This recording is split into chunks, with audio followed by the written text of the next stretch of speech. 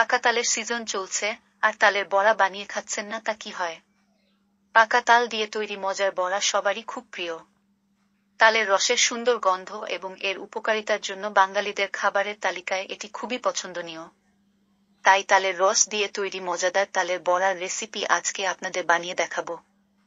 আর এমন মজার মজার রেসিপি প্রতিদিনই আমার চ্যানেলে আপলোড হয়। দয়া করে ভিডিওতে একটা লাইক দিয়ে ভিডিওর পরবর্তী অংশটুকু কন্টিনিউ করবেন। চলুন তাহলে জেনে নেই মজাদার তালের বড়া কিভাবে তৈরি করবেন। প্রথমে একটি পাত্রে তালের রস নিতে হবে।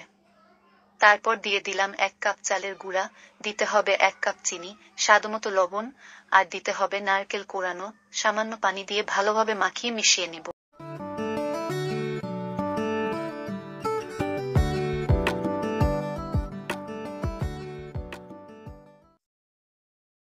মাখানো যত ভালো হবে তালের বড়াও তত ভালো হবে এবং খেতেও অনেক ভালো লাগবে। এবার মাখানো উপকরণগুলো আধা ঘন্টা রেখে দিতে হবে।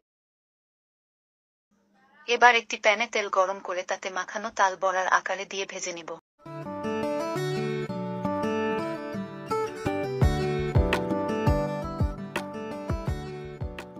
হয়ে এলে নামিয়ে পরিবেশন করুন মজাদার তালের বড়া।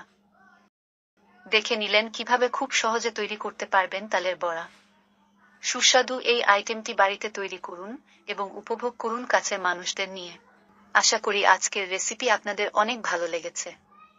আর এমন মজার মজার রেসিপি পেতে দয়া করে আমার চ্যানেলটা সাবস্ক্রাইব করার অনুরোধ রইল। আবারও দেখা হবে নতুন কোনো রেসিপি নিয়ে। সেই পর্যন্ত সকলেই ভালো থাকুন। আল্লাহ হাফেজ।